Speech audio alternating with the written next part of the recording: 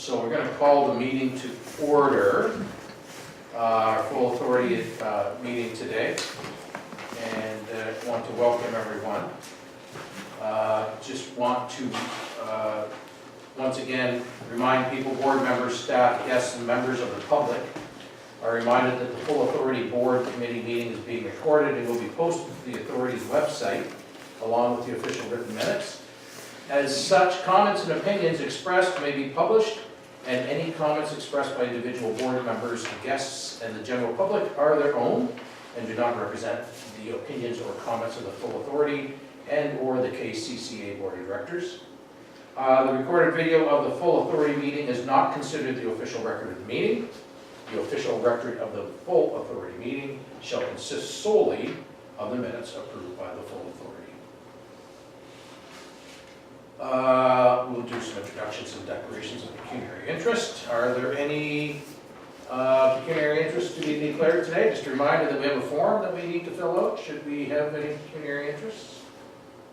See none. Our initial activity today is a hearing. Hearing H19001. And I will now read the motion for the committee to sit as a hearing board first.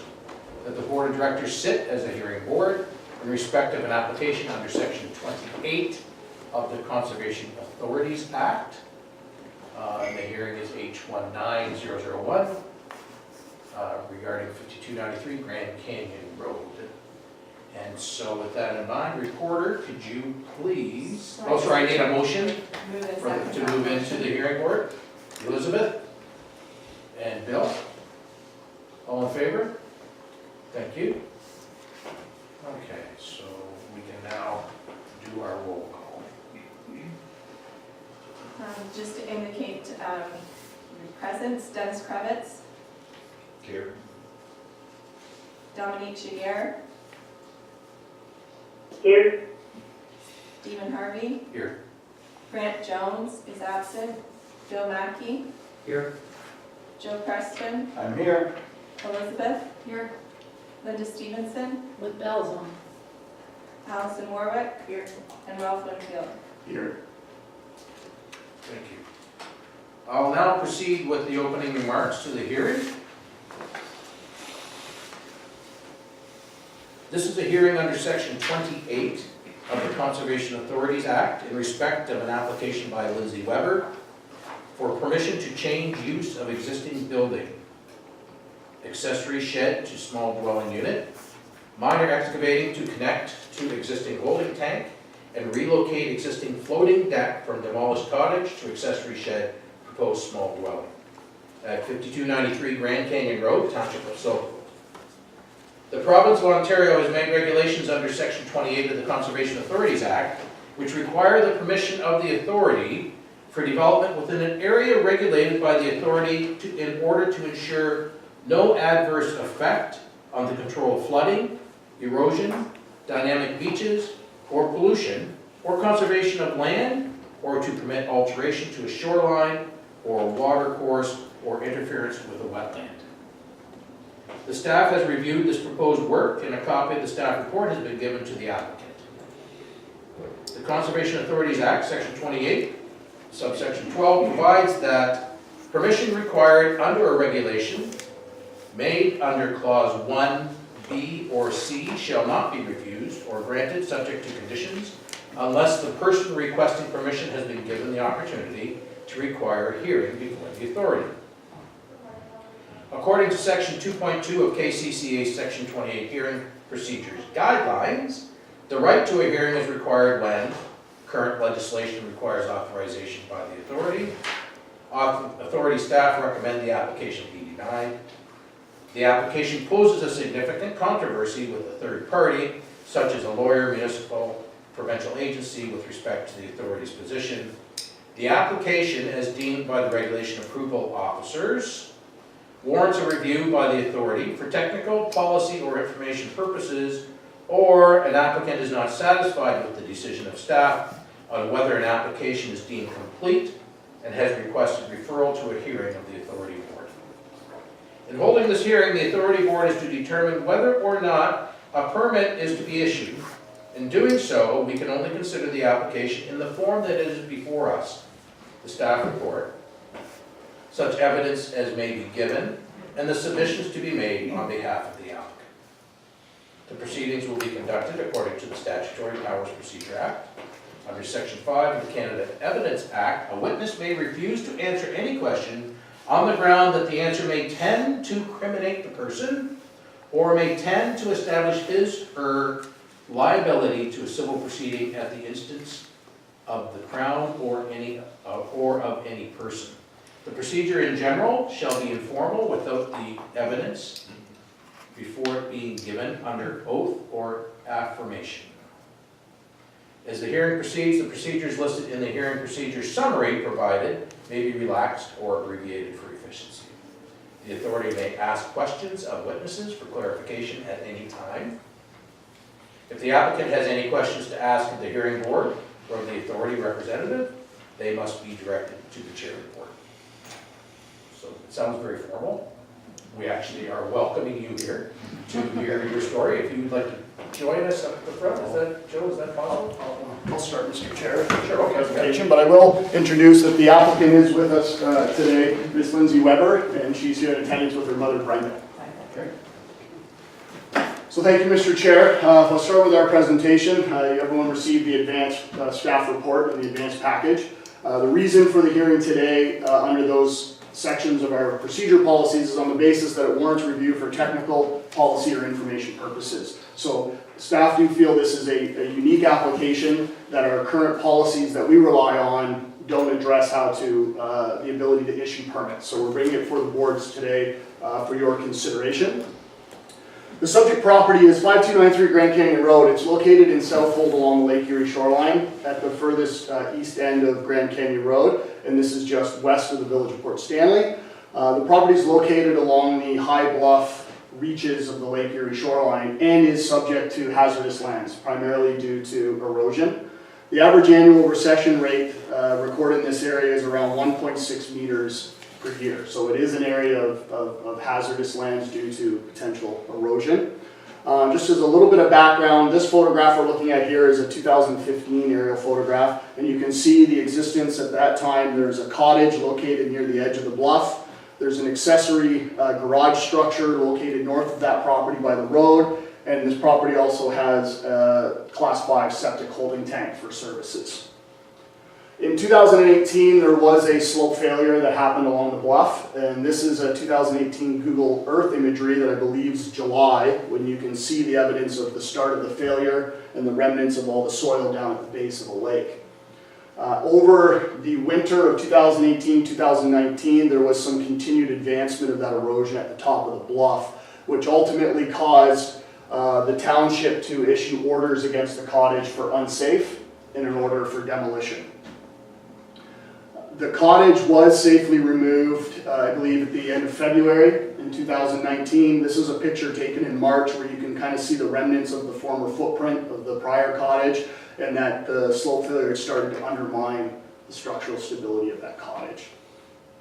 So in terms of the application, the applicant here today, as the chair mentioned, is looking at wanting consideration of the board to maintain the prior seasonal residential use within the existing accessory garage structure.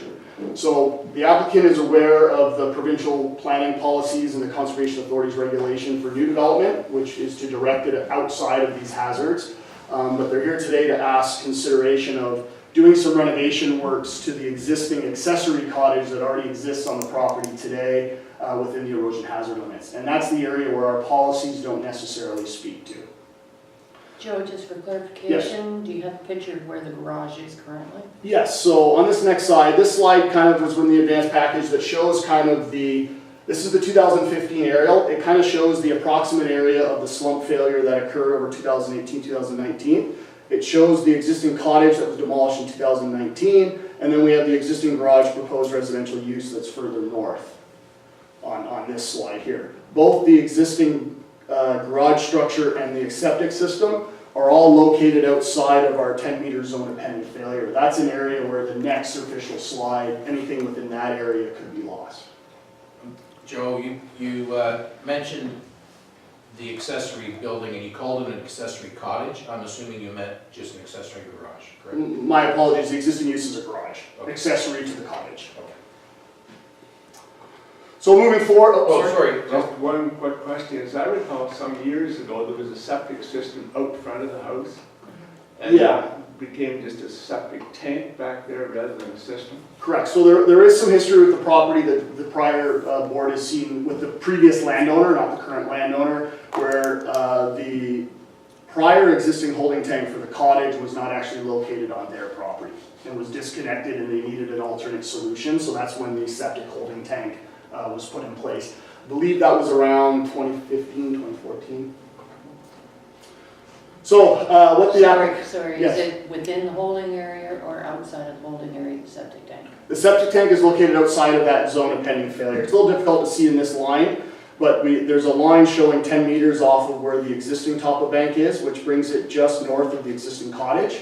I would say the septic holding tank at its closest point is between 5 and 8 meters from that 10-meter zone, and the existing garage structure is about 20 meters from the zone of pending failure. Thank you. So the applicant specifically is asking for a change of use to the existing accessory garage, as that is defined as development under the Conservation Authorities Act. They're also asking for minor excavating, which is simply trenching to connect to existing services, as well as relocating the existing floating deck that was with the cottage.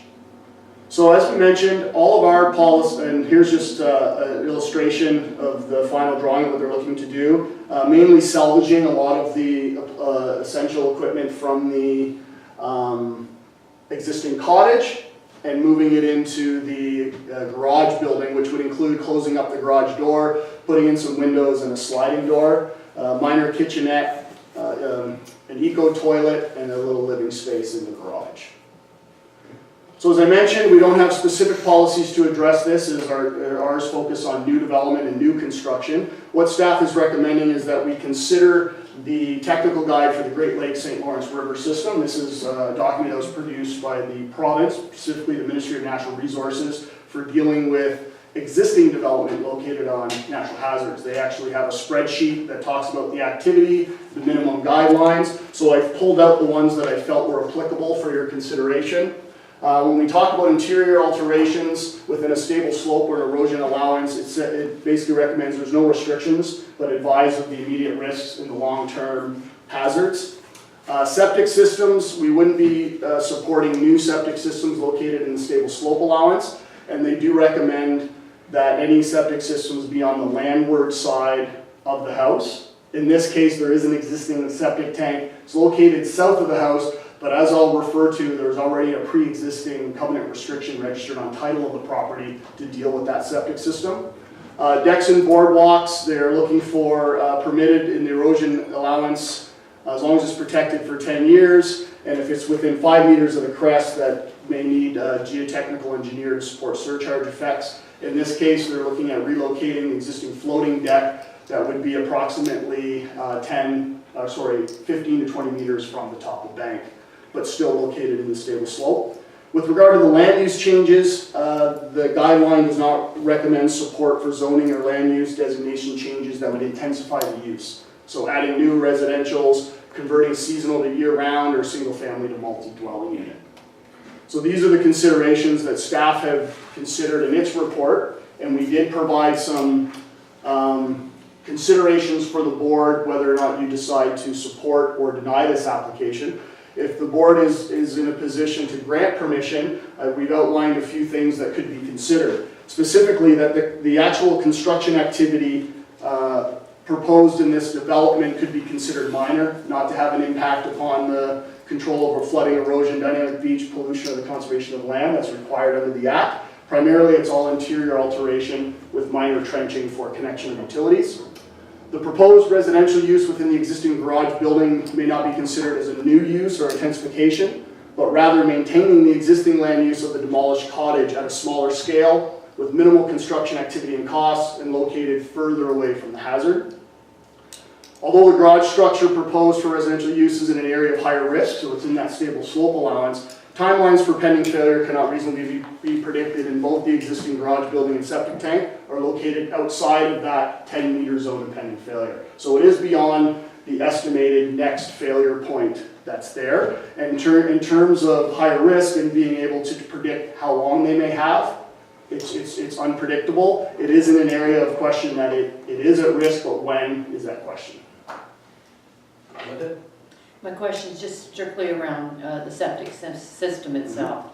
So we are left with a tank. Are we now still compatible with a full system of which we can have proper drainage and somebody can get in to pump the tank out, all those kinds of things, maintenance, all that of the septic system? So with the prior landowner concern that had happened, they had received proper approvals from this authority as well as the township to do a Class 5 holding tank. So this is simply a holding tank with an alarm system on it, and there are obligations of the landlord to have it pumped out on a regular basis. And that's part of the reason why there was a covenant restriction registered on title. So at times when this tank becomes at risk, it can be ordered for removal prior to the building being removed. So the recommendation for the provincial guide of having septic on the landward side of the house is that building code tricks in once there's a structural issue. So in the prior incidents with the tank they didn't own, there was no prior process to protect that tank from falling in the lake. When this tank was permitted by the authority in the township, that covenant restriction was put in place, so we have the measures to order removal of the tank before it falls into the lake. So But it is a holding tank. So do we also stipulate that the big truck can't go on the piece of property? I would assume it would have to stay a certain distance away. I mean, they're pretty heavy trucks going into And it. I don't know if maybe Lindsay can express that, but I think they may just pull on the gravel in front of the house and they have long enough pipes to They reach don't the go on the tank. property? Okay. All right. Dennis, you have a question? As far as the removal of that tank, what is the stipulation within 10 meters of the bank or? Right now, the covenant restriction basically gives authority to this conservation authority or the township to deem when it's at risk. Staff's recommendation would be that once it's within the 10-meter zone of pending failure, it could go in the next failure, and that would be the time to start communicating with the landowner. So, but on that, the other reason with that covenant restriction, we do have some controls to address any concerns with having the septic tank in its current location. The fifth point, the floating deck is a floating deck. It's not founded, it's not attached to the building. It is existing. They're looking at relocating it further away and outside of the 10-meter zone of pending failure.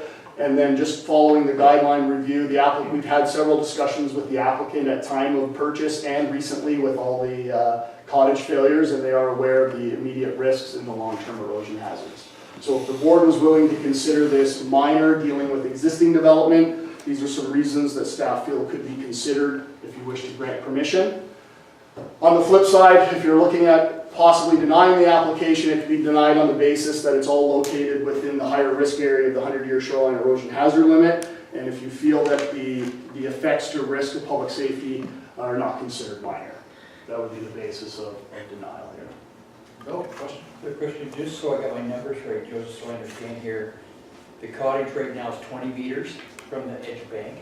I just did a quick estimate, so knowing the slump is right at the southern limit of the cottage. So on this map, if I measured from the southern limit of the cottage to the existing garage, it's about 20 meters. And the septic tank is 15 meters. From the closest point being the southern edge of the existing cottage on that map. So 10 meters from the tank to the shore is when the authority could request removal.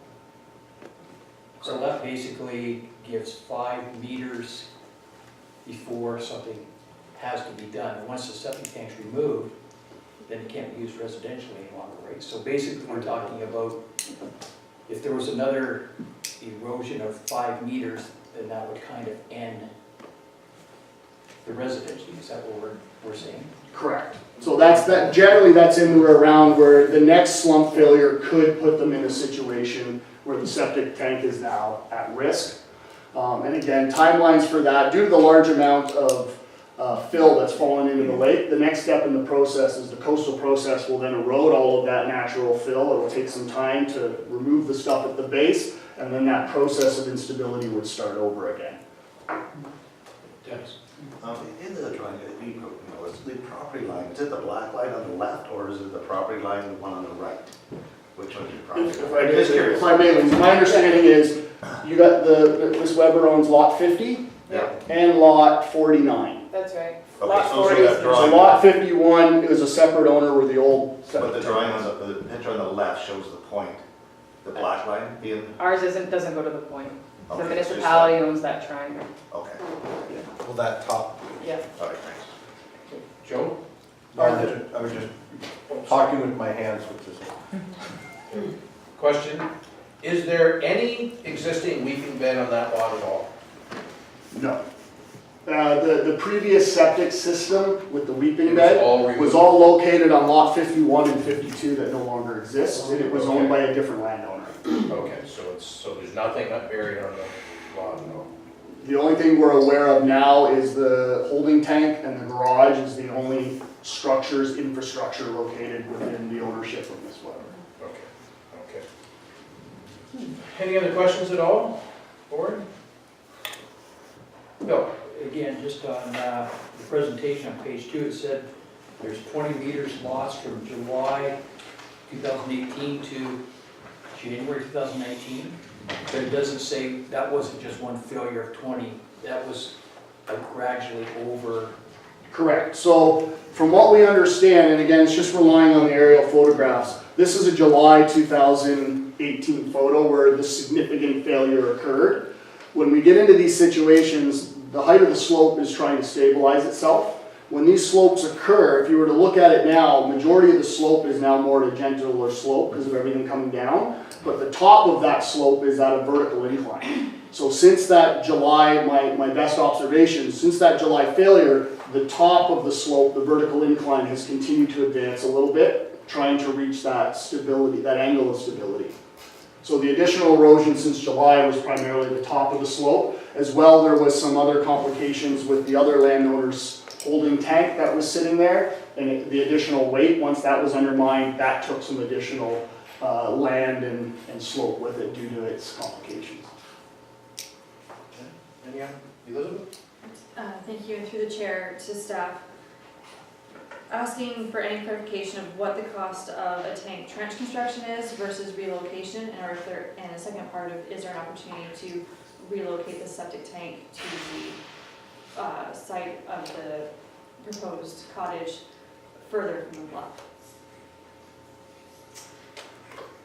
I guess that's an opportunity. What was proposed here out of ease of use was just simply connection to the existing tank, and from staff's perspective, we had the covenant restriction that kind of gave us some more control on that. I'm not aware of what the cost difference would be. I assume a connection would be relatively low. Relocation would be significantly more labor, and it also would require more digging and excavation. So from some aspects, the trenching is less of an impact within the stable slope allowance than digging deeper and relocating that structure. Mr. Chair, through you, on that one, when the covenant does become in effect because the slope has moved further back, Yes. would a decision like Elizabeth had just asked would be made at that time? Can we relocate the tank to a different place even further inshore? I think that opportunity always exists on the applicant if they wish to have this board consider that again. But right now, it's far enough away that it's not. Right now, it's not an imminent risk of next failure. It's in higher risk, and I guess if we were to advise the landowner that it's now at risk, she always has the opportunity to request consideration of the board to relocate it at that time, or simply remove it. Elizabeth?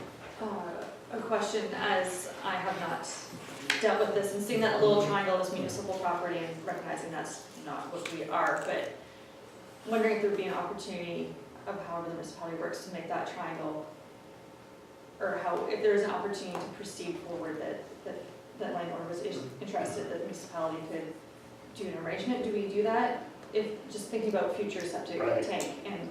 And I think it's fair, we've had a pre-consult meeting, township was involved, I think we explored multiple options. I think one of the concerns, if I may be speaking from my understanding of the township, is that was taken to create kind of a turning radius at the end of the road. So I believe snow removal, garbage collection, that's a turning radius for them to turn around and go back out at the end of the road.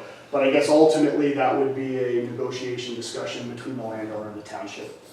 Thank you. Any other questions at all? Perfect, okay.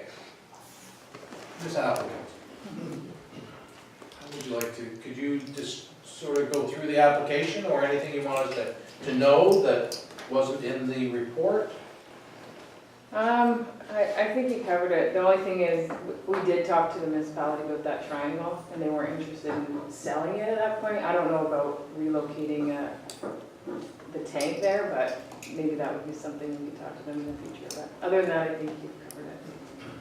Okay. No other details that we need to know at all? I don't think so. Okay. Okay. To the board, do you have any questions of the applicant? Dennis? Getting back to the tank, as Elizabeth had mentioned, I think moving, like, probably, maybe look into the possibility of moving that tank at this point, so you're not coming before the board in another 5 years to do the tank. If it was in line with the house, it would be taken as one package rather than, my concern is it'll be within that zone within 5 to 10 years, if it stays at the same rate of erosion. Yep. So if it's moved at this point, while the construction is happening now, just a possibility. Okay, thank you. Lindsay, you have anything to say I about think that? that's something we would consider. Have you talked about it before, as far as No. moving the tank? No, No, that's okay. not a bad idea. Can I just add, Joe, digging on that lot in any place, does that cause instability or not? We did have it addressed at the time this one was put in by an environmental engineer that was supportive of the construction of the tank where it is now. Right. So I would say it would be fair that doing it again further away from the slope wouldn't be any worse than what the existing Okay. location is in terms of the construction. Okay, okay. Linda, question? Can I just ask the applicant, the garage that you're hoping to convert, it would have the same footprint currently, and the floating deck would be added on to this? Yeah, so the decks are just sitting on the property now because we pulled them off the cottage that is obviously gone. So we would just butt them up to it and use it as a deck. We wouldn't put any foundation or anything in to support those. They're too attached and we would just simply move them over there. The shed would be the same footprint. We're not touching the walls or the roof. We're just putting in windows and that kind of thing, so. Okay, all right. And the toilet's a compost toilet, so there's no drainage or anything that way. All right, Do you have a thank you. question? Allison? Thank you, through the chair, to the applicant. The septic tank that's in existence now, I know that you have just, I don't know how long you've owned this property or not, but historically, how often would that have been pumped out, knowing that this is just a seasonal use application? Once a year? Yeah. If I may, I think if I understand you, with the eco toilet, it's just your gray water that's Yeah, going it's to just the a tank. tank, yeah. And there was a requirement in the building code that it had to have an alarm system put on it. So it is notified once it's at a point to be refilled. That light goes on. Yeah. It's pretty simple. Okay. Any other questions at all? Yes? I'd just say, I'd like to thank you for removing the cottage too, that's a good step that you took. Just want to make that comment. Thanks. Applicant, do you have any final comments you'd like to make at all? I don't think so. Just that we want to enjoy it. Yeah. Okay, excellent, thank you. So does the hearing board have any more questions for staff or the applicant at all? Seeing none? Okay, so it is now our job to go into deliberation. And so what we are going to do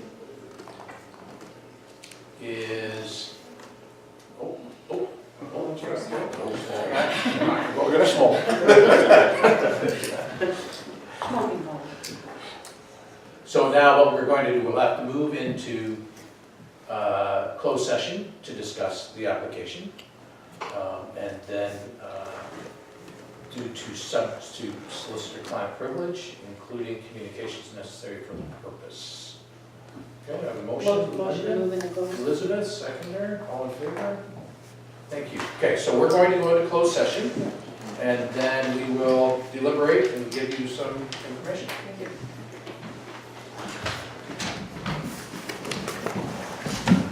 Okay, so, So to put a motion on the floor, sir, yes, that the applicant for development of 5293 Grand Canyon Road within the township of Southold dated January 21st, 2019 be granted based on the application and the attachments with the removal of The deny application section. the deny application section. at the bottom of page 6. Okay, so including those 6 items, Elizabeth, are we okay? you follow that? I believe so, yeah. Basically, it's. Okay, so And I just need a moved second. by Linda, seconded by Joe. All in favor? Granted. There you go. Congratulations. We'll go away. I hope it's a beautiful garage. Yeah. And enjoy your deck. Okay, let's get that deck on there and you can enjoy the property. Thank you. Thank you very much, Drew. I think we did okay. So now we just need a motion to, To go into Regular. regular, we're already in there. no, you need to, a motion to move out of the, not sit as a hearing board any longer. Okay, motion to leave hearing board. Bill and Allison, all in favor?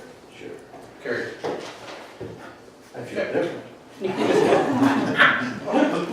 Joe, when did you get here? The hearing board, yeah. Okay, so just before we continue, I just want to comment on, we had a question about spellbound last week, and now that the staff are here, I just wanted to comment on how well they did and how proud we all were, those of us who were there, for the job that you did. It was really an excellent evening, and we should all feel very proud of having staff such as you guys looking after things and caring so much about our conservation area and all the stuff that we do. So congratulations, staff and administration, who worked so hard to make sure that evening was excellent. So we should all be very proud of that.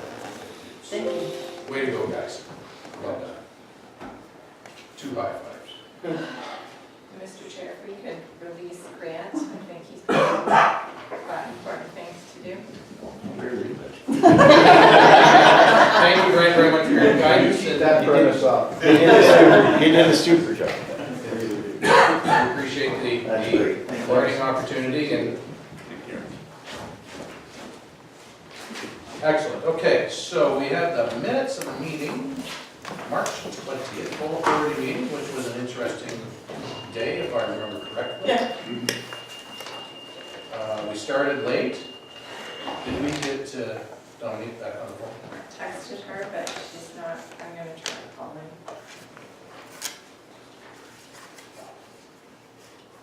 Okay, I'm just trying to get here to minutes.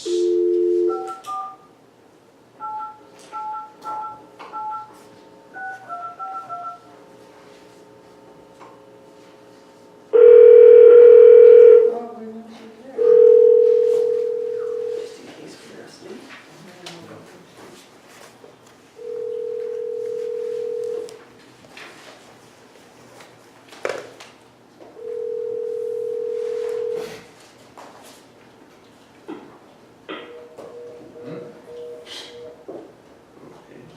Okay, with that in mind, beep, beep, beep, beep, beep.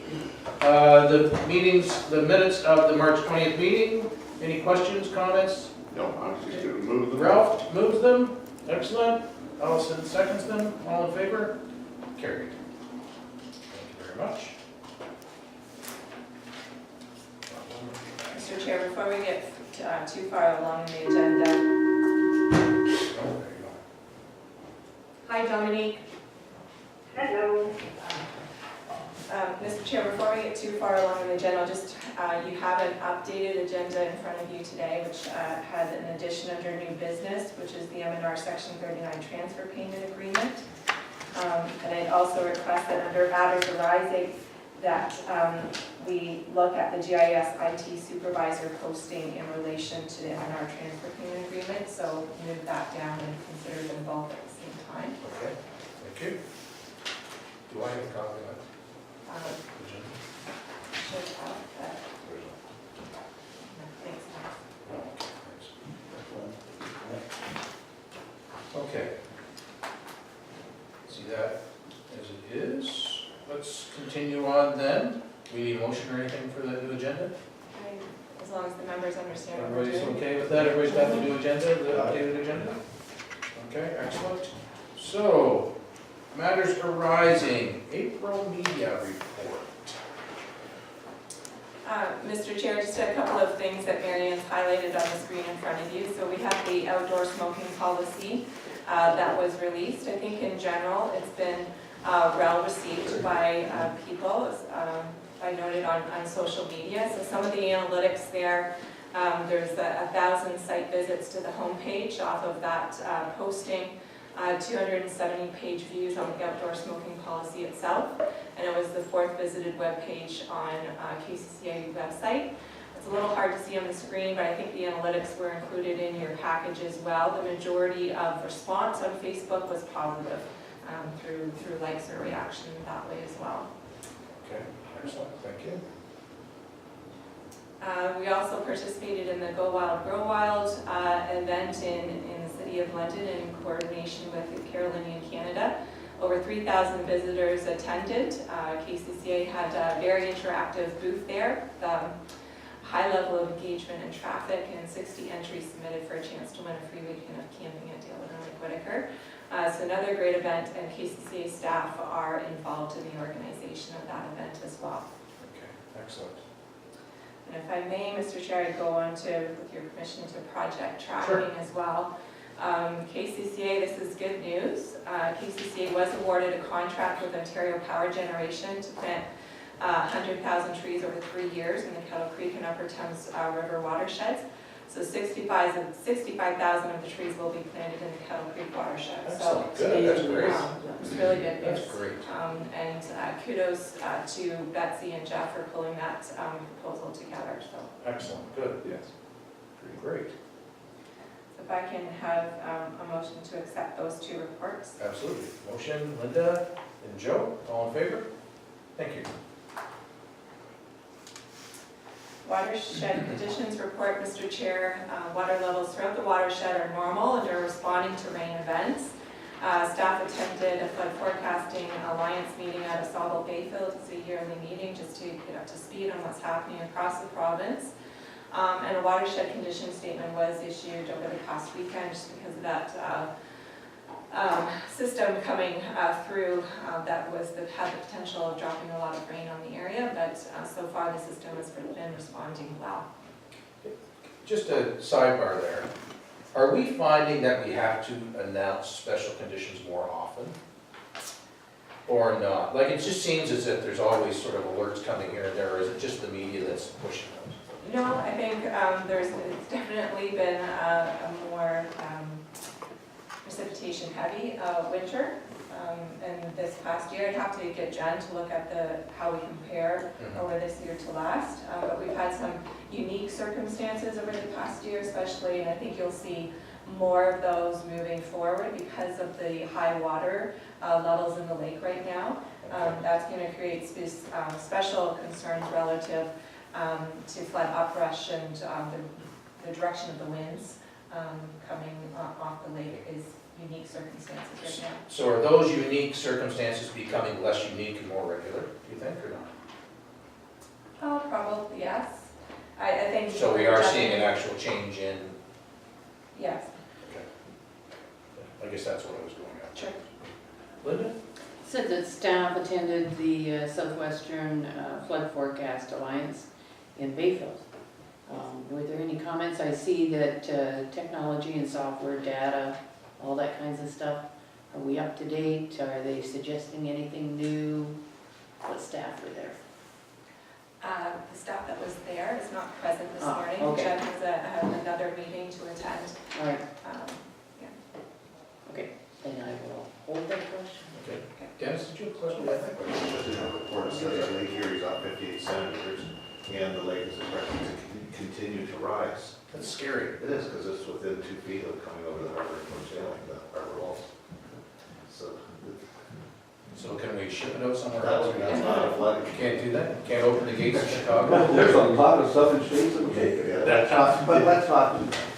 I think that's probably, Mr. Chair, going back to your question, the most unusual thing that's happening now is we're seeing high Lake Erie water levels that we haven't seen traditionally, or for some period of time, which creates its own unique circumstances. But the other thing that we're dealing with is, certainly in the last 15 years that I've been at the authority, I think these past couple of years, especially this past winter, I've never seen the winds come from the south-southwest so consistently, and that's when we're faced with uprush from the lake, specifically for Port Stanley. So that is a unique circumstance to be having high water levels and winds coming from that direction. It has affected everything from the bluffs to the. It has affected everything from the erosion rates on the Lake Erie shoreline, as well as flooding in terms of the uprush. Okay. Okay, excellent. Any other questions at all? Great, thank you. Okay. As far as the GIS, do you want to do that now? Sorry, can I just have a motion to receive the watershed conditions? Allison and Dennis, all in favor? Excellent, thank you. And then in terms of the GIS, I'm asking if we can consider that after the M&R transfer payment. Okay. So We we can do can move on to correspondence. that. Correspondence. Mr. Chair, in addition to the correspondence that went out in the advance package, I received yesterday an invitation to the annual Warden's Charity Golf Tournament. This is Duncan McPhail's tournament for Elgin County. Is coming up on June 27th. So if any members are interested in that, you're probably getting your own invitations if you're sitting on councils. But that is coming up if you're interested in. And the Middlesex Municipal Association annual meeting is coming up on April 25th. If you're interested in that, you can let me know. Okay, perfect. There's no further correspondence. Okay, thank you. Statement of revenue and expenses. Mr. Chair, the statement of revenues and expenses was put out in your advance packages. I think things are progressing as expected at this point, save and except the announcement that we're going to talk later in the agenda. But if there's any questions, I can certainly entertain. Questions at all? Seeing none, we get a motion to accept the statement of revenues and the expenses. Linda and Ralph, all in favor? Thank you. Okay. New business.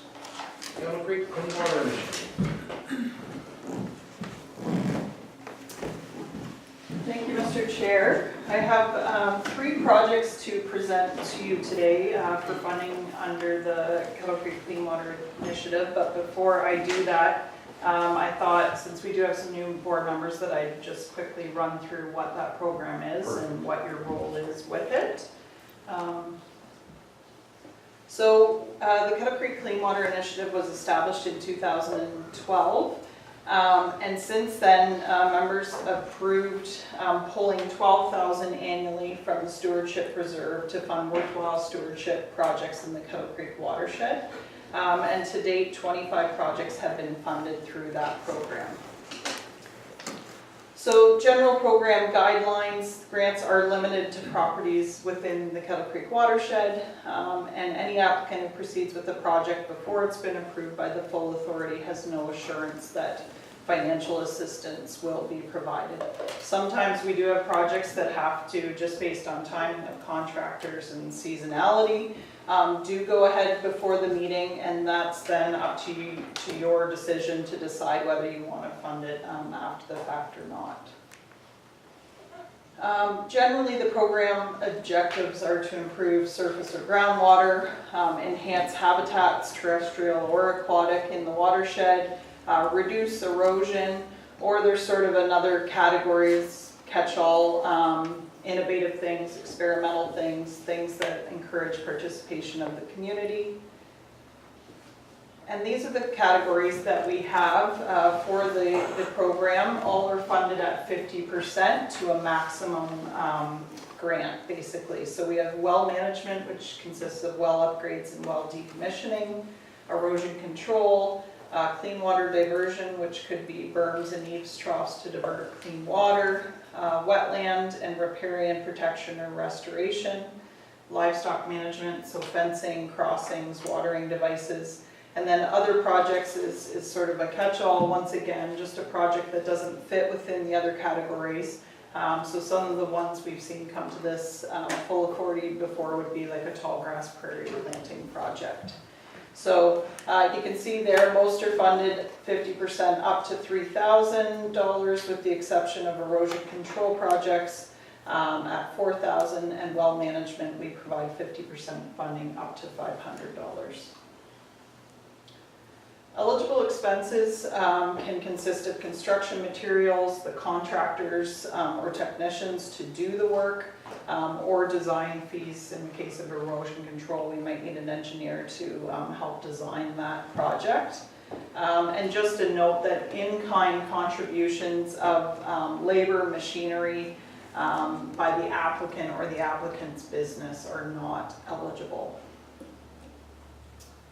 And I believe you received this in your advanced package, but there are some ineligible projects associated with this program, things like exotic or invasive plant species plantings, new well construction, Lake Erie shoreline erosion control, irrigation ponds, as opposed to actually a wetland that has habitat benefits, stocking a property, field tile drainage for cropping purposes, green energy projects, and then septic system works that are associated with additional living spaces in a dwelling.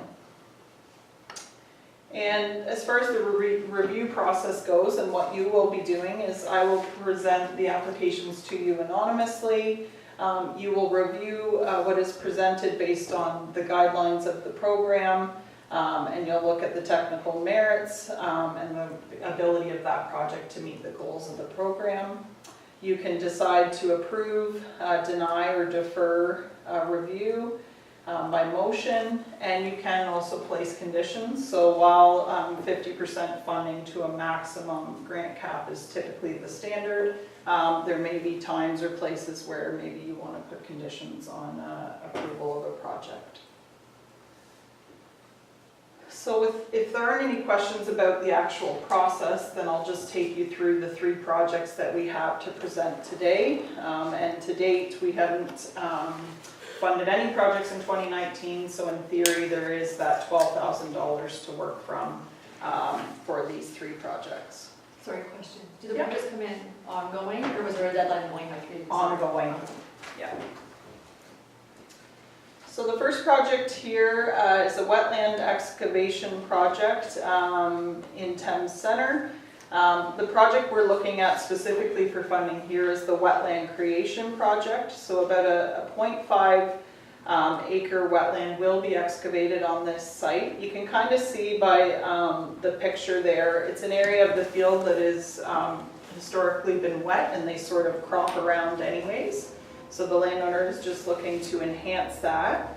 And I thought it maybe was important to note that this landowner is looking to do a number of projects on this property this year, all in conjunction with the wetland.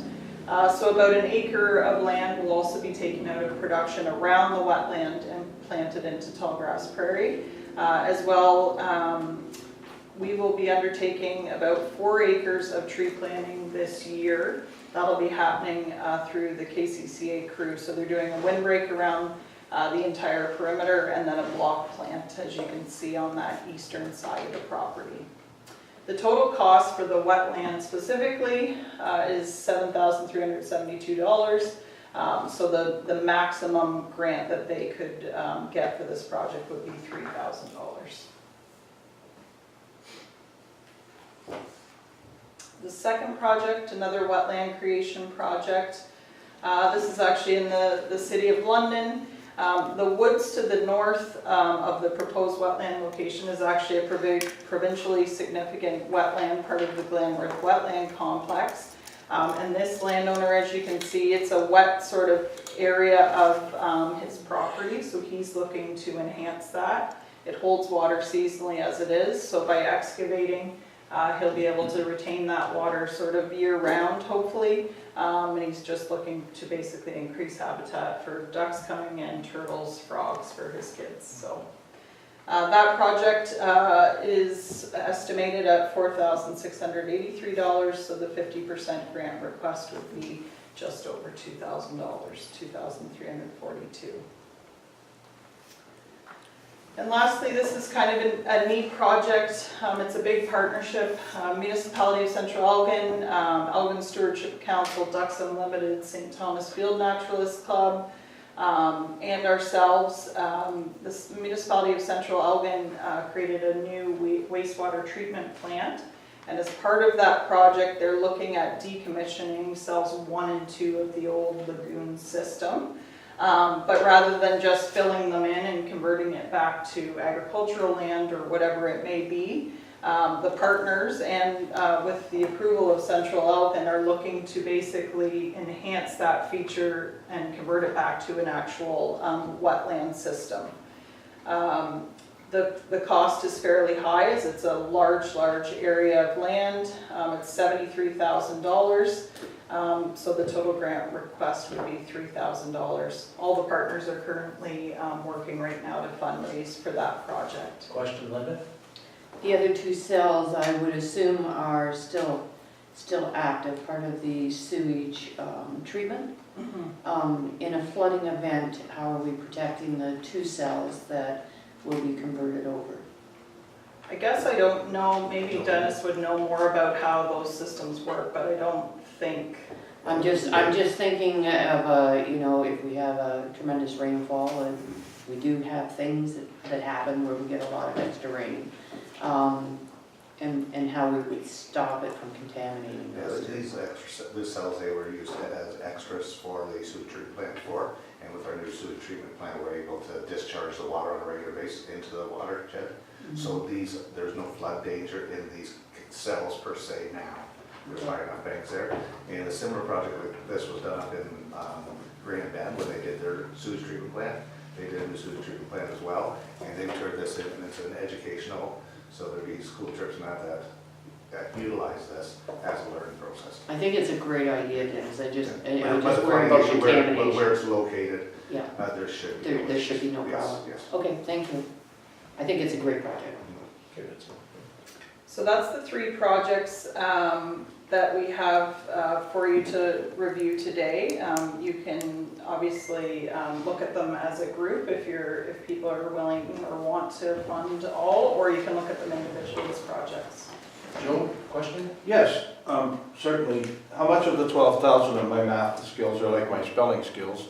So we're at 8,342 if you approve all 3 All of them, these. okay. And typically you get most of the requests this time of year because they're for projects that will happen in this year's buildings, but you might get 1 or 2 more. And I want to make sure we weren't using it all up in case there was.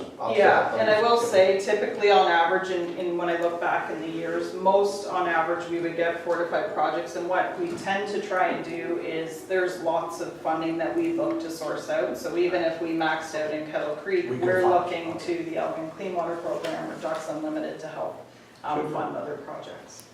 Okay, Linda? I'll make a motion to approve the 3 projects as presented. Okay, motion is made. Elizabeth, seconded. Any further discussion at all? Questions? I was just curious, Sir Chair, where in town center was that? Harrietsville Drive. Okay, so I'm thinking, yeah, that area is quite, I know where you mean, yeah. Okay. And just as a point of interest, the sewage treatment plant is located within itself, so it's both municipalities are benefiting as well. So thank you. Okay. Seeing no more comments, we'll take the vote. All in favor? Carried. Good project. Thank you. That's great. Positive. Oh, speaking of positive.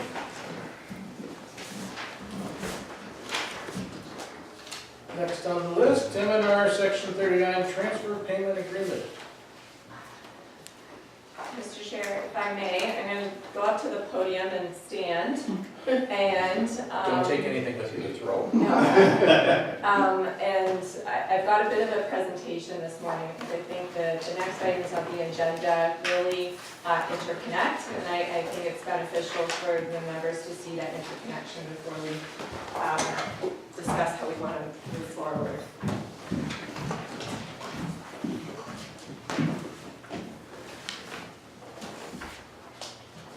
So on April 12th, as you're aware, as I sent out the email, and hopefully you all received it, because I was in the midst of spellbound and then checked my email. But on April 12th, 2019, we received word that Section 39 transfer payments would be reduced from the $119,000 to $61,769 for 2019, and that would be effective immediately. So obviously this has direct impacts both through our 2019 plans, but as well moving forward. And there's a lot of things happening right now, and they're happening relatively fast that I want to bring you up to speed on. So relative to this transfer payment reduction, what I am proposing is that we postpone discussion on the strategic work plans that were included in your advance package and the administrative center needs assessment. Solely because those are going to have to be re-envisioned with this news moving forward. So instead, what I'd like to do is concentrate on the first four items, being the transfer payment agreement, what we need to do in terms of the GIS IT posting, the environmental registry postings, and then the provincial priorities for housing report that was put forward as well. And if I may, I'm going to do basically combine a presentation on this. So in terms of the background, we all know that we have a new provincial government in place in June. And right from the get-go, the Ford government, I think, was very clear that they wanted to concentrate on cutting red tape that they believe was crippling job creation and growth. Look at single window access for approvals. In November of 2018, they came out with their Made in Ontario environmental plan, and I think CAs were pleased to see that they were mentioned within that plan, and they certainly the province looked in terms of collaborating with municipalities and stakeholders, but I think the aim was to ensure even then coming out with this focus for conservation authorities to deliver on their core mandate of protecting people and property from flooding and other natural hazards. So seeing that type of focus from the government, CAs began to look at their internal processes to see if they could help the province meet those objectives. And that's where you see that Conservation Ontario Working Group coming out of, and seeing what we could do with our internal processes, and started to develop some streamlining initiatives, which are seen in that advanced package report that was in the agenda. Looking at improving client services, increasing the speeds of approvals, but all with not jeopardizing public health and safety. And then in April 5th, we had the environmental registry postings come out, and there was two of these. The first one focusing on modernizing the CEA operations through amendments to the Conservation Authorities Act. And again, with a focus to focus CAs on core mandate and to improve governance, and a clear desire to look at mandated programs and services. And then the second environmental registry posting was the focusing on CA development permits on the protection of people and property.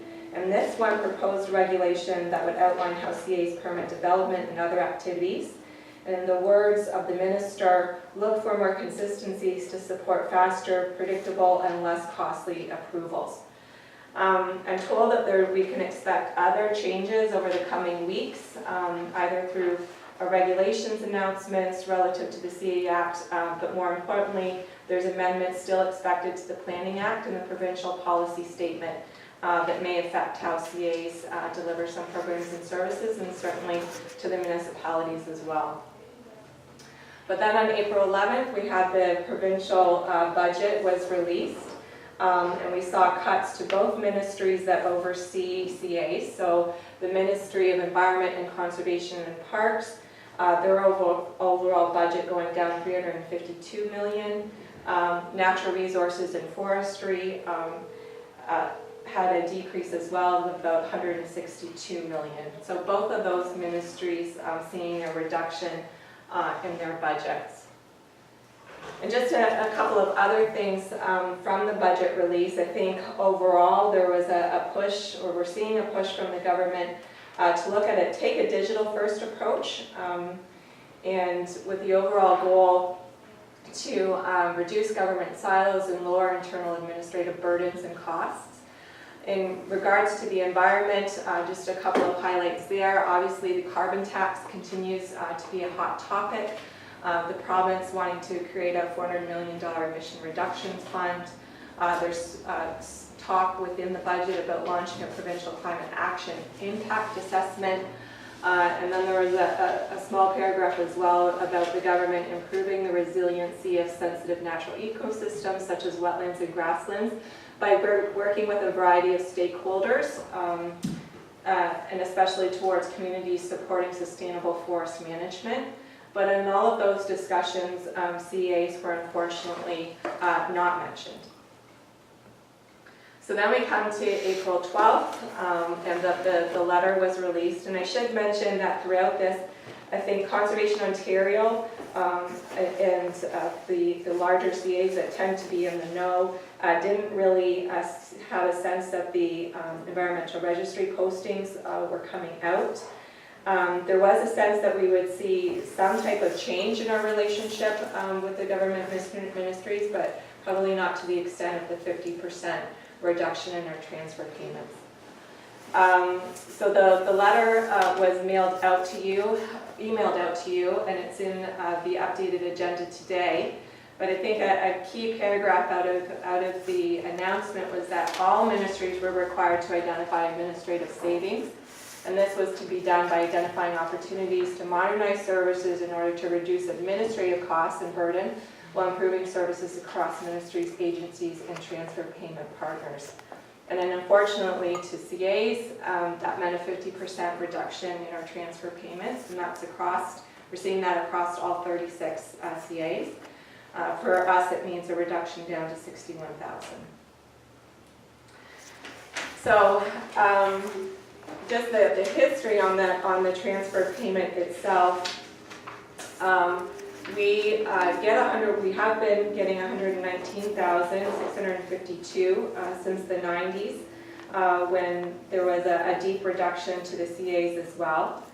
So historically, through that time period, about 7.4 million has been shared between the 36 CAs, and now obviously taking that down to half. For our transfer payment, you can see in the left-hand side column there the 4 categories which are currently eligible for transfer payments, being flood forecasting, so that's forecasting flooding, issuing our warnings, monitoring stream flow, rainfalls, and snowpacks, our floodplain mapping and informing and educating the public about flooding, our flooding and erosion structures, so managing and operating those structures, and the natural hazard programming as well by providing planning support and advice to the province, the municipalities, to minimize flood impacts. So the total full eligible cost is in the left-hand side column. Adding those all up, including the administrative costs of just running the authority, is $404,000. The M&R transfer payment that we've had since the early 90s is $119,652, and then we're moving to a reduced transfer payment of $61. So you can see the significant hit and the gap between what is eligible and what is received, and that's the full cost of those eligible items. So that's not taking into account, though, is that's just operating costs. It doesn't take into account our capital costs. And if you remember from the budget discussions earlier in the year, we're projecting about 132 to 182,000 on capital costs, just relative to our flood forecasting, so the upkeep of our dams. And then we also received news on Friday that we weren't going to receive funding for our summer experience program, which is a seasonal staffing program that MNRF typically had funded. So that will probably see a reduction of about $8,000 just in seasonal staff this year as well. So shortfall just of the M&R transfer payment is about $57,883. I haven't counted in the capital costs or the loss of the SEP funding. The loss of the SEP funding we'll probably see mostly in our campgrounds, not relative to the other programs and services. So obviously we have to come up with a plan in terms of how to deal with that funding loss. And unfortunately we did receive the resignation of Clifford Patterson, obviously with a lot of amount of regret, but he has an opportunity for a position in London, closer to his family, a great opportunity for him.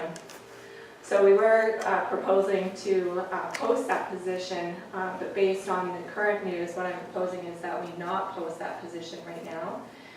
It roughly comes up with the savings that we do need to weather this immediate storm, but also allows us the opportunity to really look at how we want to move forward without impacting staffing right now or what we're currently doing.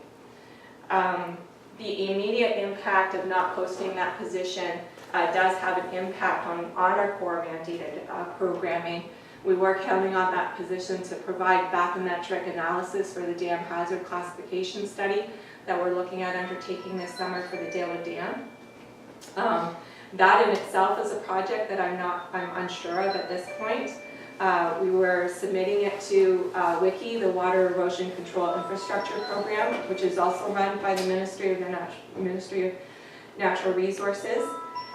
So I do expect that we might see some reductions in that programming as well. So whether or not that study will go ahead is a little bit unknown right now. We've put in our submission and we'll wait to see the outcome.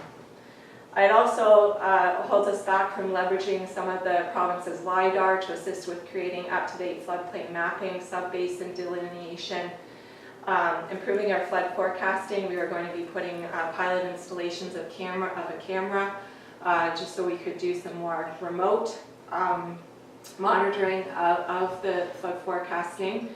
We'll have to rethink that. Monitoring the shoreline, so Clifford had expertise in terms of his aerial drones as well as looking at aerial photography to judge how fast that erosion was happening. We'll have to put that on hold till I can really reevaluate things.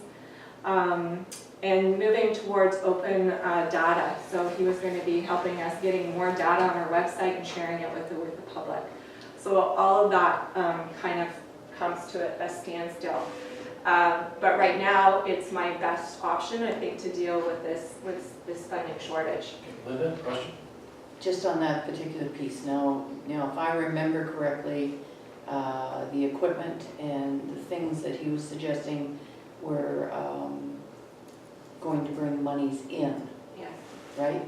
And so we would lose that asset as well by not doing these things, Correct. right? It was, if I remember, a substantial amount of money that would be over and above Right, the budget was based what it was costing us. Yeah, Mr. Chair, the budget was based on him raising about $25,000 a year, but mainly to support his program and service as well.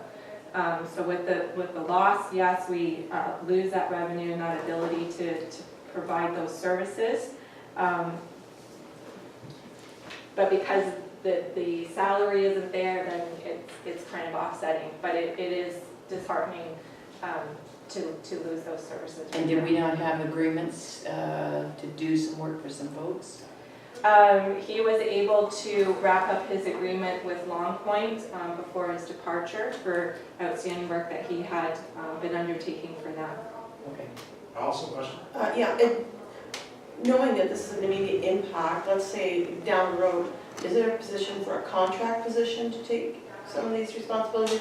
Is funding available? So the motion that I'll have for you to consider today is basically that based on the transfer payment being cut back, that we not post this position, and that I immediately take a look at what can we do in terms of contractual basis to get this done, but I need to get more of a handle on our numbers and get out there and look at what our contract's going to cost, both for IT service as well as GIS services. No question? Yeah, to you, Mr. Chair, that was my question. How are we gonna deal with the IT side of it? It sounds like we'll go back. We did that before, we were in contract with someone. Yeah. So right now, in the interim, I've reached out to Malahite's IT staff, and they're willing to troubleshoot for us as necessary until I can figure out something out. And I'll be working over the next month and bring back a proposal in May for you to consider further. Any other questions at all? Okay.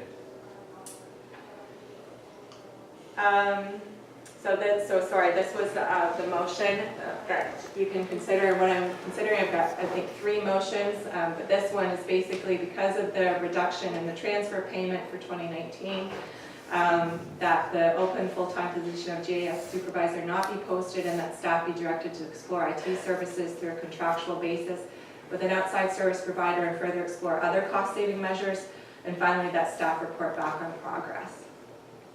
Okay. So we can consider that, or I can kind of go on to the next ones and you can consider the motions at the end. Linda? I'll put the motion on the floor and then I have comment after. Okay, thank you. We have a seconder to the motion. Okay, Elizabeth? Okay, comments, questions? Linda? So, Elizabeth, through the years, we've had several conversations around ideas for cost savings, one of them being an amalgamation. And I know this is always a sticky situation, I know it is. But it's almost like writing on the wall because health units are already experiencing it. It wouldn't surprise me if something comes along the line for CAs to be considering this as well. And I'm just looking back to the board, do we kind of get ahead of that ball and start that rolling down the hill? I think there is an opportunity maybe for our neighboring conservation areas to come to one table maybe and talk about this. This is significant for all of us.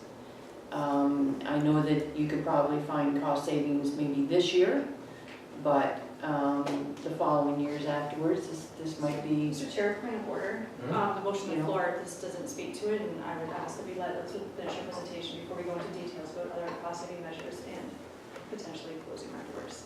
Well, it does when we're talking about supervisors and full-time positions, because I like the low-hanging fruit of bringing administrations together. So that was the reason for my comment. I think that there's a conversation, an ongoing conversation that's going to have to happen around this whole issue.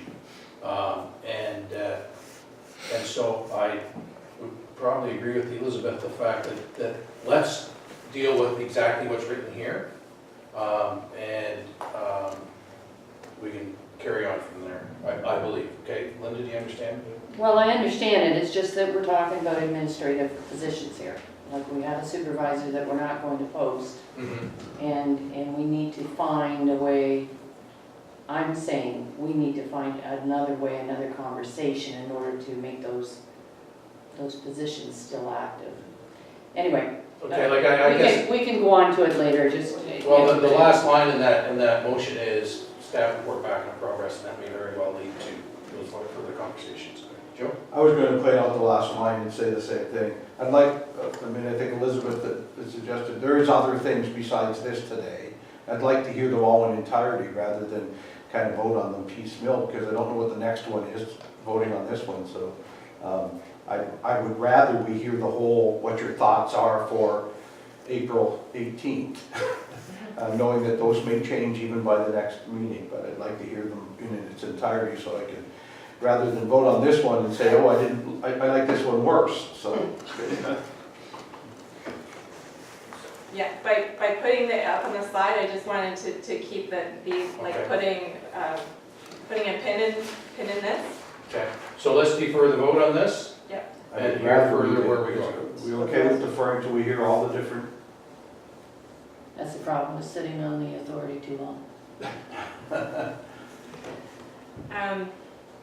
So, Mr. Chair, the next items on the agendas were the EBR postings and provincial priorities for housing supplies.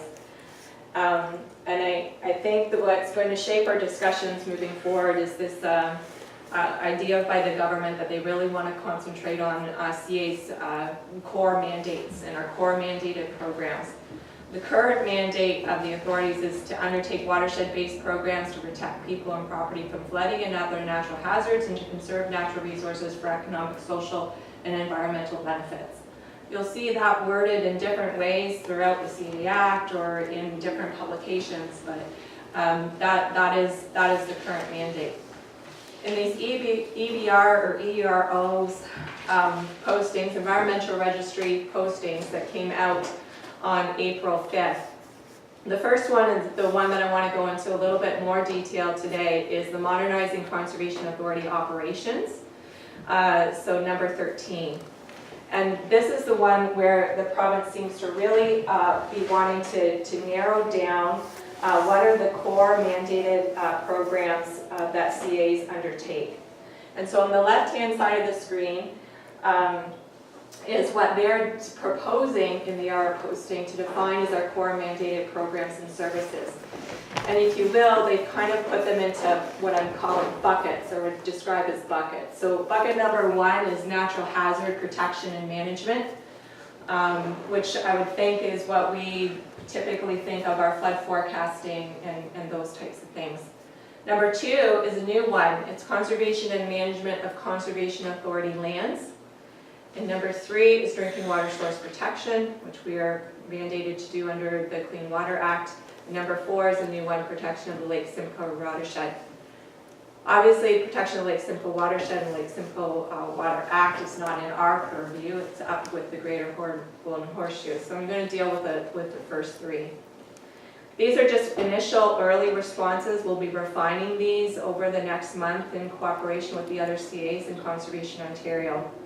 But currently, the provincial transfer payments covers off number 1 and 3. So total number 1, number 3, through our transfer payments with MECP, the Grand River gets the transfer and then it comes out to the other CAs in our region. The curious thing here is number 2, so the conservation and management of conservation authority lands. That's something new. It's not something that we're right now legislated to do. And so we want to know what are the implications of having those standardized and legal requirements for delivery. And that, all in all, how the province chooses to define each one of those is really going to define the CA municipal relationship moving forward.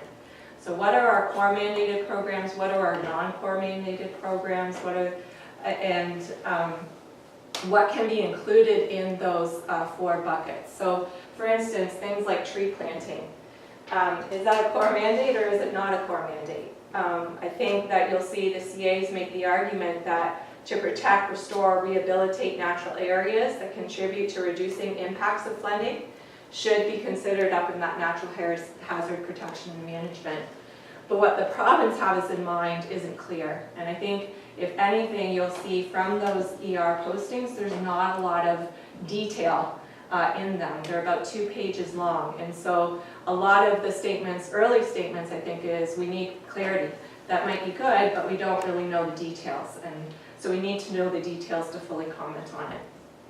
Moving forward, so the second bullets here, increasing transparency in the levy to the municipalities for mandatory and non-mandatory programs and services. Again, I think throughout the earlier CA Act review, CAs were looking for increased transparency, increased consistency. This suggestion is that we move to agreements between the CAs and the member municipalities on lining up what our non-mandatory programs will be. So entering into an agreement with the municipalities to establish what those non-mandated programs are. seeing as we deal with how many different municipalities? 7. Are we going to have 7 different ideas of what the mandatory programs are? Well, I think that's where the first item becomes really necessary, to have a really clear understanding and definition of what the mandatory programs are versus the non-mandatory programs. Because what I do fear is that the province is going to really narrowly define the mandatory programs and leave the doors open for these non-mandatory programs. And what that could actually create is working against, I think what the province is trying for here is consistency and transparency, which I think is a good thing. But when you're looking at having CAs establish agreements for non-mandatory programs, you could actually, in my mind, increase inconsistency within the watershed. So all along, I think CAs get a hard knock for being inconsistent. So the Kettle Creek might have a very robust tree planting program, and you might not get that in Osabo Bayfield because of a variety of reasons. And so a landowner that's caught in the boundary between those two CAs says, well, why is my neighbor getting trees for 25 cents and I'm not getting any trees, or I have to pay this amount for the trees? Those types of discrepancies could actually be created if I'm seeing what's written here, in that we could have a situation where the province now says tree planting is not a mandatory program, so you have to enter in an agreement with your member municipalities to undertake that. Central Elgin might agree, yes, we want tree planting, we agree that it's important, so Central Elgin has an agreement with us for tree planting, but St. Thomas doesn't. And so then you have residents within the watershed getting different services. It's really complicated if you think about our environmental monitoring programs, our benthic monitoring programs, things like that, that I think are very necessary. The CAs were built on an integrated watershed management approach. So now if you have different municipalities within the watershed getting different services, the benefits of the integration begins to fall apart. So those are the things that I think as a CA and as member municipalities, you'll want to be having discussions over the next month to determine commenting back on these ER postings. So I think what they're striving for is a good thing, transparency, consistency, but let's not make some rash decisions that actually make the landscape harder to maneuver in. Okay, thank you. They're also looking at reviewing our levies for non-mandated programs after a certain time period, and they're giving the example for 4 to 8 years. Again, it just needs clarity there. That might not be a bad idea, but how is that going to work? I think we look at and review our levies with our member municipalities on a yearly basis as we go out with a budget. So I don't know what they mean by the 4 to 8 year period. I think we need more clarity on that. They're also looking at a transition period of 18 to 24 months to establish those agreements for delivery of non-mandated program. But again, I note the possible inconsistencies that would create. 2 other things that were suggested in this posting is enabling the minister to appoint an investigator to undertake an audit and report on a CA.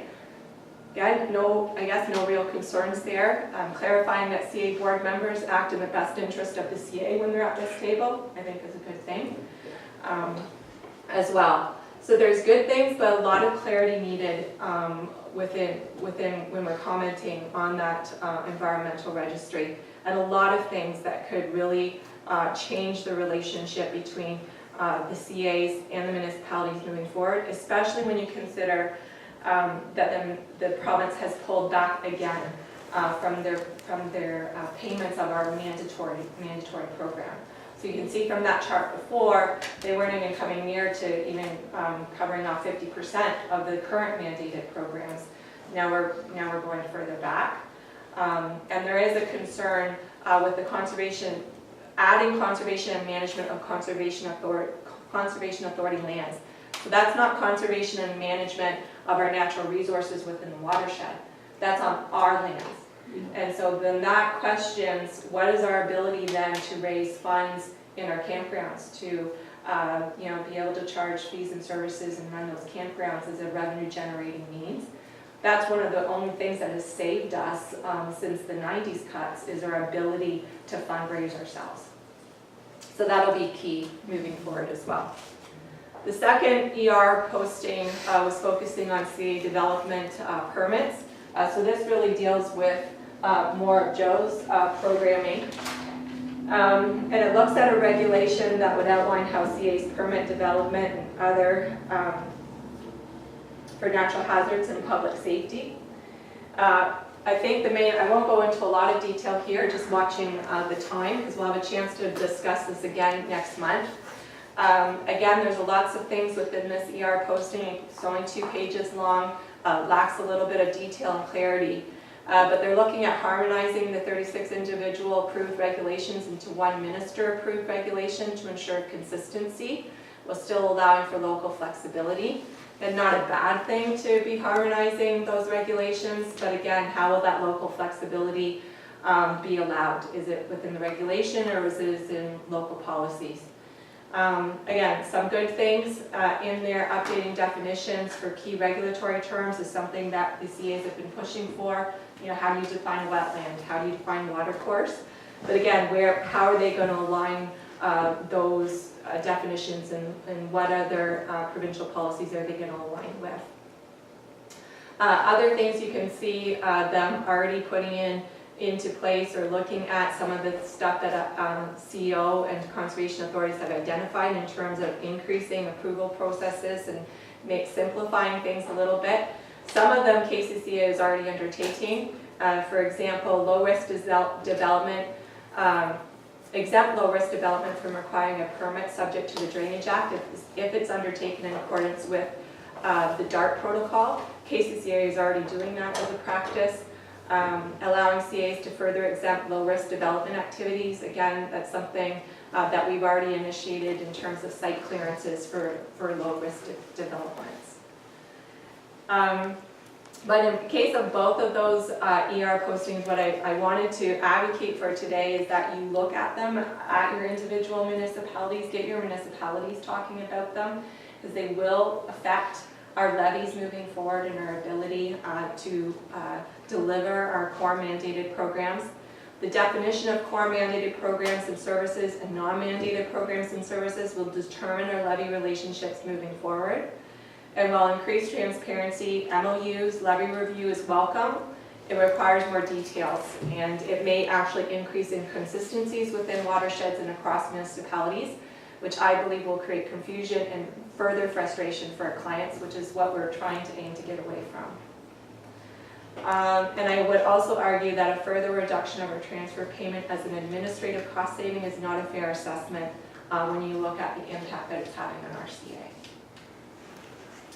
So in terms of the ER posting, I'm still looking that you would give us direction to work with Conservation Ontario to submit an official response to the ER posting. And you would have that, we would be bringing that back to you. There's time to bring that back to you in May before the deadline of May 20th. But I would encourage you to be doing that at your municipalities as well. And I will share our responses as they become available so that you can formulate your own responses as well. So we have a motion. Someone want to make that motion? Linda, seconded. Dennis? Okay, do you want to vote on that, or do you want to hold off? Is there more? There's one more. Then let's, that's mine. So the last item on the agenda was the provincial priorities for housing supplies. And this was again in the advanced agenda. So this is what I've been referring to as conservation authorities, working with Conservation Ontario to look at ways initially, before all this other stuff started, to work with the government to try to meet their objectives of streamlining things, making things more efficient in terms of our plan approvals, permit approvals. This really came out of housing supply shortages and discussions in the GTAs and the Golden Horseshoe to get housing started and on the landscape in a faster, more efficient way. So that working group has come up with, again, 3 buckets of ways that we could assist. Improving client services, so looking at templates for policies, processes with the municipalities, MOUs with the municipalities, establishing clear deadlines for permit approvals, the speed of approvals, assessing our current application timelines, and establishing new timelines that match the complexity of applications, and reducing regulatory burden. So a couple of those things that I just talked about in the ER postings, like simplifying permits for less invasive development. And so as much as I want to be a team player with Conservation Ontario and look at these things, I think they're all good. As I said, I think KCCA has been proactive throughout. We are meeting or exceeding provincial standards as established within the 2010 MNRF policy document in terms of our permit approvals. And we're doing that with basically half of Joe's time. Processing over 100 planning applications, and that averages about 50 permits per year. And that's a pretty conservative number based on some of those permit approvals are multi-lot subdivisions. So what I am concerned about as well is I want to be a team player with Conservation Ontario in terms of looking at this. I do fear that some of the best management practices coming out of these discussions we may not be able to deliver on. So if you want Joe to do approvals faster than the minimum standard that's already been established, he can't do that. We can't do that with half of a staff person. It would need to be looking at, ramping up staffing. So there's some of these things that we want to do, but with the M&R transfer payment coming down and everything else that's happening, we are limited in terms of what we can do in that as much as we want to participate. And so that is going to have to form part of the discussion moving forward too. So with conservation, just to note that on the motion that was included in the advanced packages, which notes that basically, whereas the provincial government wants to increase the supply of housing and streamline land use planning, whereas conservation authorities play an important role in that, and that we want to support and can help deliver the government's objectives while not jeopardizing public health and safety, that we look at key solutions developed by Conservation Ontario Working Group to improve client service and accountability, increase speed of approvals, and reduce red tape. Conservation Ontario, the end of their suggested motion here is that they wanted us to implement those immediately. And I went and changed that for your recommendation today, that staff be directed with Conservation Ontario to identify additional improvements and best management practice, and that we report back to you. So that I'm not implementing any of these best management practices without full consideration of this board on how it will affect our budget and our staffing moving forward. I'll move it. Joe, second? Sure. Okay. I think you're gonna see a lot of Steve's. I just had a comment through Sure. the chair. Talking about communication, I think, we hear a lot of the different things happening every day. We're getting social media from one end, social media from the other end. Is it worthwhile preparing something for municipalities to get an update that's coming from you on explaining your point of view? Just because, just the information I think is important for municipal councils to see and to understand. Like we see you at budget time, Right. and then really everybody's off their own thing. So at this point in time, I'm wondering if there's more communication needed. So, Mr. Chair, to Allison, I appreciate that comment, and I guess what I was looking for from you today is how best to communicate this out to the municipality so that it's meaningful and you take attention to it. I don't know if it's a letter to your clerks, just outlining what is happening and attaching these ER postings to bring to your attention, or what level of communication Clerks you should go want, to mayors. or mayors. Or if it's clerks to share with council. Sure. Those are clerk, it gets Yeah. gets to my desk, and you never be found again. Joe, did you have a? Yeah, I had, Elizabeth, thank you. I think you're heading in the right direction. We all sit on a lot of other boards and committees at the moment that are faced with some similar things or know they are about to be faced with some similar things. And I think the conversation that's been most prevalent is don't try to predict the outcome, prepare to react when you know what it is. So you're doing the right things. Influence Conservation Ontario wherever we can with what we think our thoughts are, where we should end up. And at this moment, I don't think we're done. I think you, from what you're saying, you think the same thing. We're not quite, this will fit over at least 4 years in one of the thoughts. So we have to predict for our, we have to react for our organization as each step kind of comes forward. We now know that there's that one budget cut. We better react to it.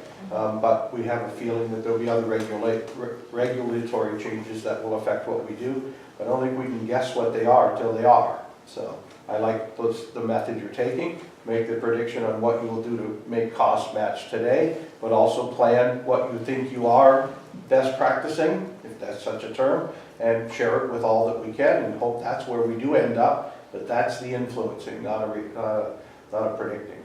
So that's how I would compliment you for getting to where you are, but I hope all are doing the same thing. Any other comments at all? Okay, so we have 3 motions on the floor right now. Do we want to review them and then vote on them as a package? I think basically all three are saying that we want staff to report back to us. I mean, ultimately, in the end, that's what we're asking for each of those categories. Okay, I'm just looking for some consensus here. Sorry, do we just want to vote on are our memories okay to? I've got them up on the screen, Mr. Chair. So the first one was whereas the authority has received notification that the transfer payment has been reduced, Right. that we not post the full-time position of GIS IT supervisor, that we explore other opportunities for contractual IT services, and that staff report back. Okay, so let's vote on that. All in favor? Carried. Thank you. And then the second one was dealing with the environmental registry postings, that staff be directed to work with Conservation Ontario to submit an official response. And I would add to that motion that would be brought back at the May meeting for your consideration. Okay, sure. All in favor? Thank you. Carried. And then the final one, can I not read it again? No, that's okay. It's good. So we just saw this one, so we all know. All in favor? Thank you. Carried. Dennis?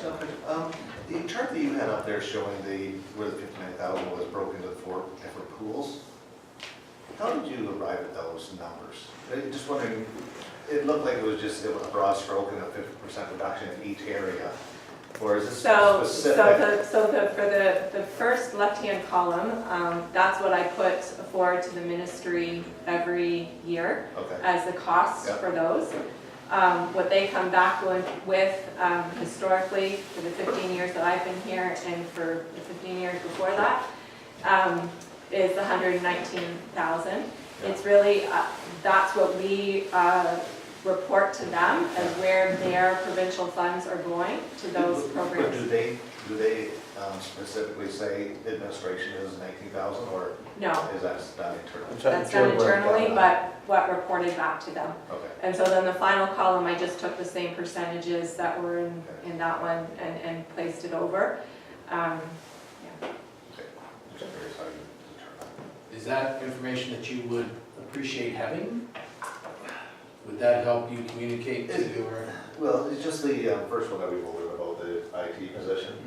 Looking at that, it's, we have to save $10,000 in administration. Well, we just did a broad stroke and took the entire number, potentially, and took it all of administration. So I could bring a more detailed report back of where the funds are kind of going with it within the budget. But basically, if you think of the departments, the salary would come out of the 118, and the municipal levy, unfortunately, that was devoted to that 118 would be separated out into these 4 departments to cover off the transfer payment loss. Okay, I don't need that at this time. Okay. It's just a point of interest for myself Yeah. right now. Okay. And that's what I mean by this relationship and the definitions between mandated and non-mandated programs is really going to change the relationship between the CAs and municipalities moving forward if the province continues to back out of those mandated and non-mandated programs. I think this is going to be a long conversation. Yes. Yeah, this is just the beginning. So anyways, thank you very much. Anything else as far as that goes? Elizabeth, what were you? No, I've had So it, we so put the needs assessment on hold for future? Or are we going to that no, we would put that on hold till future, that has to be now? Okay, strategic work plan, on hold. okay, planning regulations activity report? Joe has that. Thank you, Mr. Chair. The report with the statistics since our last meeting was in the advanced packages that specifically to highlight, but I can answer questions of the members if anything. We're just looking for the report we received. Okay. So moved by Ed, second by Allison, all in favor? Thank you. Okay, so now we need to go into closed session. Can we have a 2-minute? I was just gonna say, it's been 2 hours since we sat, more than 2 hours since we sat down, so no doubt we need a bit of a break, so that's fine, unless anyone is pushing Linda to leave. Okay, so can I get a motion to move into closed session? Allison, Bill, all in favor? Thank you. This motion, First, the minutes. the minutes, sorry, Closed the session. minutes, yes, sorry. Allison, seconder for the, Ralph, all in favor? Thank you, so the minutes are approved. This motion coming out of the, or Joe, okay, thank you. And is it Oh, then- sorry, Let's get it first moved and second. I had another comment on it. okay, so motion, mover for this, Elizabeth and Bill? Okay, comments? That before we spend this money, ever, it comes to the board. On the, On the ME, on the, Yeah, I think that's what the motion's asking, is that we approve this organization to work on our behalf when we ask them to. right, Okay. so it's not on, it's, you just don't want it to, you want it to Just be. start calling them every day and sending them someplace. I'd rather it comes to the board, hey, we're going to, would we hire a lawyer without coming to the board?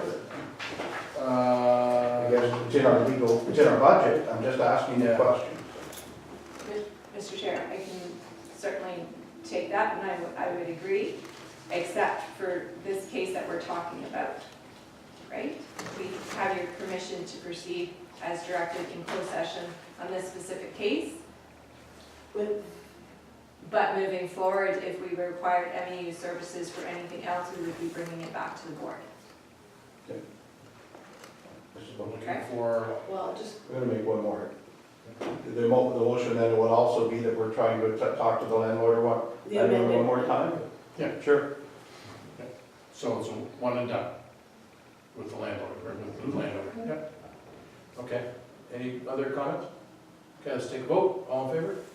Just a quick point, I just want to clarify. So we're making the motion that we're going to be using the MEU for this particular case, but staff going first to discuss before we employ the MEU. And then the motion also is that before the next case that we need the MEU, that we would be informed as a board and discussed as a board. That's Is what that I was correct? asking. Yeah, Yes. okay. I just Part wanted of to the clarify. discussion is we would have another report coming for the overall general services. Okay. Clear as mud? Yeah. Right. There you go, all in favor? Thank you. Opposed? Okay, we're good. Now, we have an additional item. Elizabeth, and things happening in our municipalities. Yes, I just thought we're already sitting here together, just an opportunity for new business of just an update of in our municipalities with anything of interest that might affect the Conservation Authority. London City Council is looking at appointing declaring a climate emergency to deal with climate change and its effects on flooding and mitigation of risks. That's made for council within the next week. Also of interest potentially, if we do outreach with the Conservation Authority, there's the South London Canada Day celebrations that happen at White Oak Park, and a lot of people from St. Thomas area come in as well. There's a free tabling opportunity on that committee as well. If there's ever, it is a holiday, but if staff want to come and do any outreach and promote our campgrounds to hopefully make our Those folks in revenue South more. London. South London, or people of certainly some of our campgrounds are more of a destination that to help increase our revenue, that opportunity is there as well. Okay, excellent. Great. Anybody else have any good news to share? was sunny when we arrived.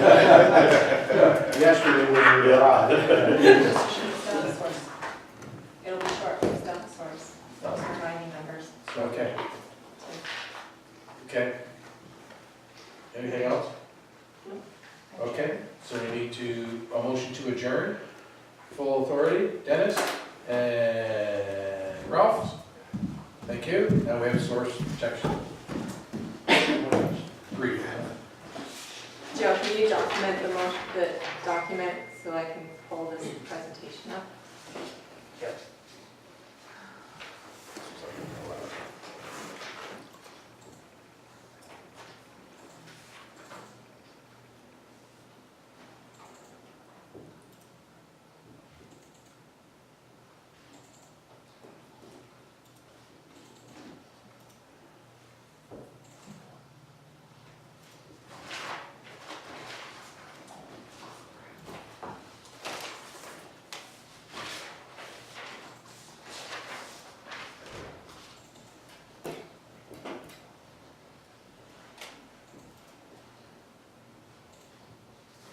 Okay.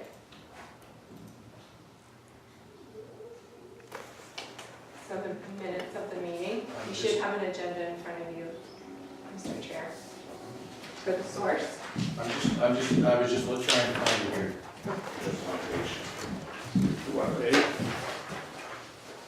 Sorry. That's okay. Okay. Do we have the camera on? Do we need the camera on? It's on. It's on? Okay, so we're going to call the Source Protection Authority, Kettle Creek Source Protection Authority meeting to order. Just a reminder of the audio and video recording notice. Do I need to go through that? I think you're okay. Okay. Any declarations of pecuniary interest? Seeing none. Delegations none. Minutes of the meetings. Motion, minutes of the March 20th meeting be approved. All in favor? Or seconder? Any? Joe, all in favor? Thank you. Okay. No correspondence. Kettle Creek Annual Progress Report 2018. So, Mr. Chair, this is put out in the advance package. It's a yearly thing that we have to undertake, legislated. The Kettle Creek Annual Progress Report was developed by Ministry of Environment, Climate and Parks and prepared by KCCA GRC staff. It's reporting on January 1st to December 31st of 2018. The Lake Erie Source Protection Committee reviewed it at their meeting earlier this month. They need to reflect on 2 reportables, one to kind of weigh in on their opinion as to the extent of which our objectives of the plan have been achieved in the reporting period, and comment on how they arrived at their opinion.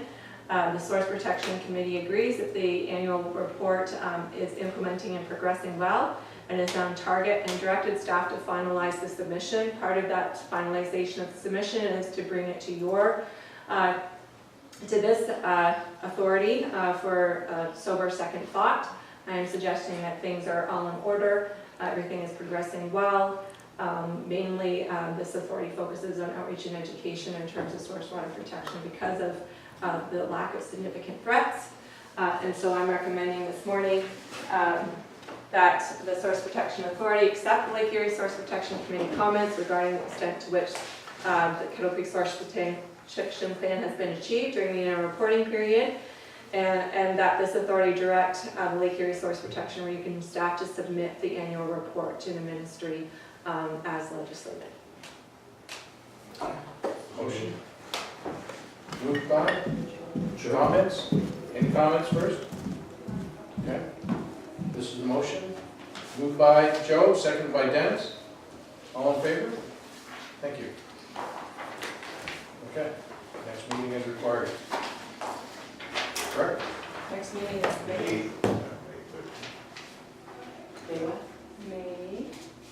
No, I was talking about the source protection. Oh, source protection is as required, sorry. Okay, sorry. The next meeting is May 15th. May 15th. Excellent, okay. Move to adjourn. Everything is adjourned. Have a nice sunny day.